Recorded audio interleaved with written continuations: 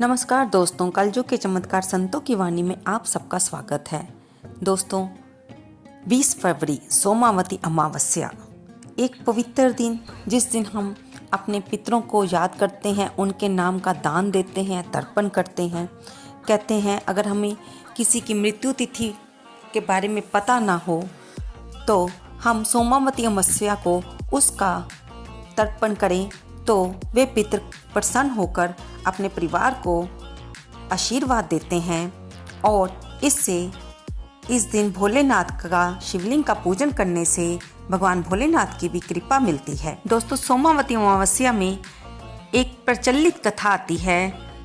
जो लोग व्रत रखते हैं बहुत अच्छी बात है, जो लोग व्रत नहीं भी रखते तो भी उनको ये कथा अवश्य सुननी चाहिए क्योंकि ये बहुत ही पुण्यदायी कथा है। आइए सुनते हैं।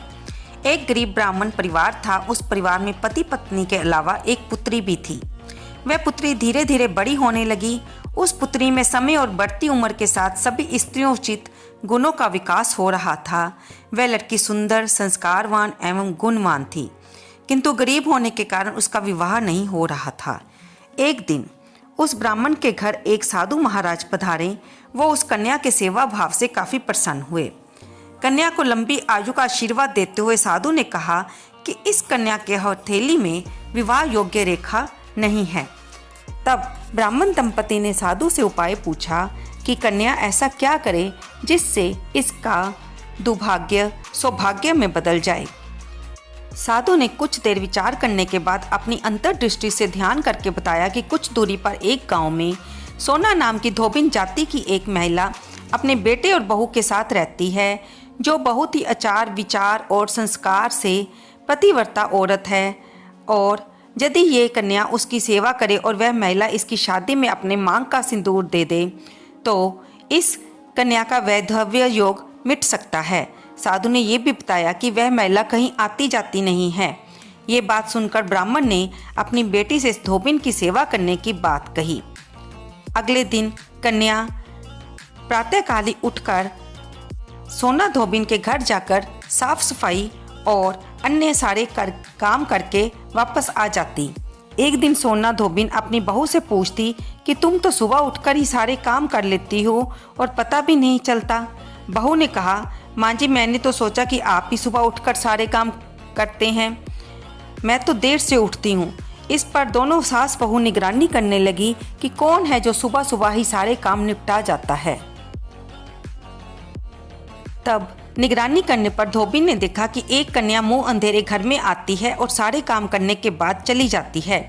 जब वह जाने लगी तो इस बार सोना धोबिन ने उसे पकड़ लिया और पूछने लगी कि आप कौन हैं और मेरे घर में ये ऐसे बिना बताए सारा काम सुबह सुबह ही कर जाते हैं। तब कन्या ने साधु द्वारा कही हुई बात बताई।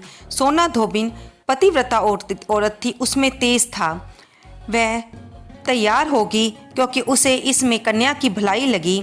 सोना धोबिन के पति थोड़े अस्वस्थ थे। उसने अपनी बहू से अपने लौट आने तक घर पर ही रहने को कहा। फिर सोना धोबिन ने लड़की के साथ जाने की तैयारी की और जब वह लड़की के साथ उसके घर में आई, उसके पिता ने उसकी विवाह की सारी तैयारी की। तब फेरे होने के समय सोना धोबिन ने अपनी मांग का सिंदूर उस कन्या की मांग में लगाया। तब उसका पति मर गया। उसे इस बात का पता चल गया। वह घर से निराजल ही चली थी, ये सोचकर कि रास्ते में कहीं पीपल का पेड़ मिलेगा तो उसे भंवरी देकर और उसकी परिक्रमा करके ही जल ग्रहण करेगी, क्योंकि उसने अपनी मांग का सिंदूर उस लड़की को दे दिया था, जिससे उसके अब तक के किए हुए सारे पुण्य के कारण उस लड़की का पति जीवित रहा और उसका दुर्भाग्य सौभाग्य में बदल गया था।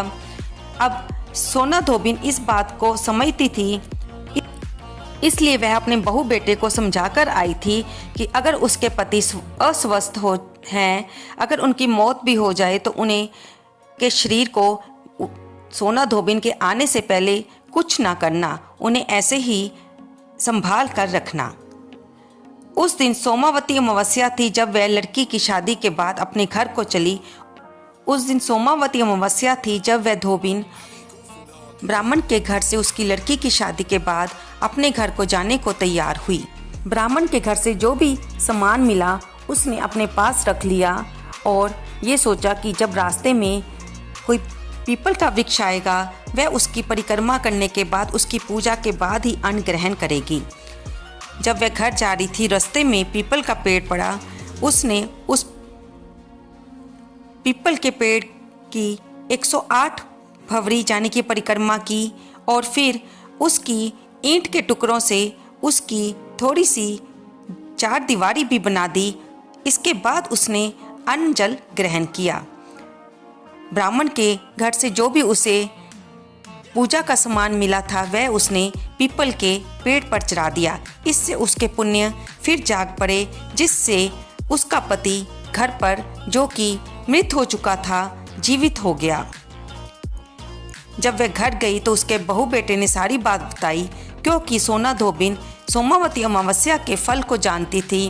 वह समझ गई थी कि उसका पति जो कि मृत हो चुका था वह उसके द्वारा किए गए पुण्य से दोबारा जीवित हो गया है। उसने अपने बहू बेटे को भी सारी बात बताई कि ये सारा पीपल की पूजा का फल है कि उसका पति यानी कि उसके बेटे का पिता अब फिर दोबारा जीवित हो चुका है।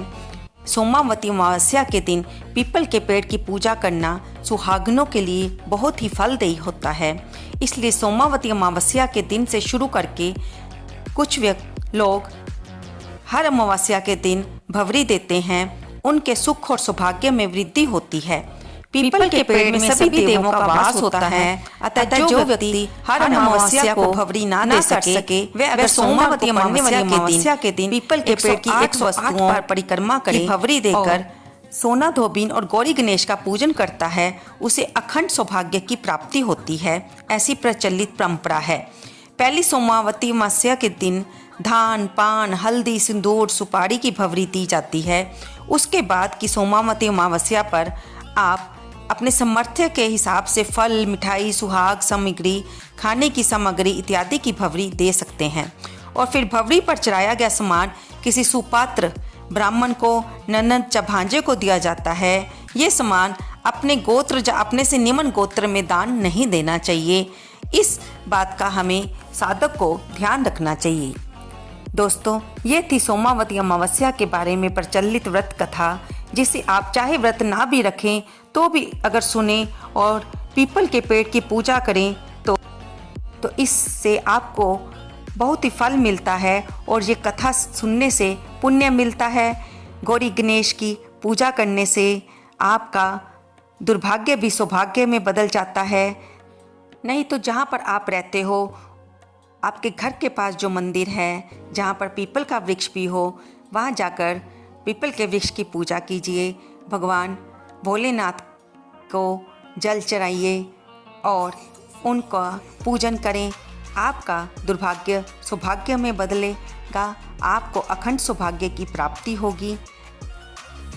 इस कहानी को सुनते कहते हुंकारा भरने वाले को भी भगवान भोलेनाथ अपनी भक्ति प्रदान करें और उन्हें पुण्य प्रदान करें।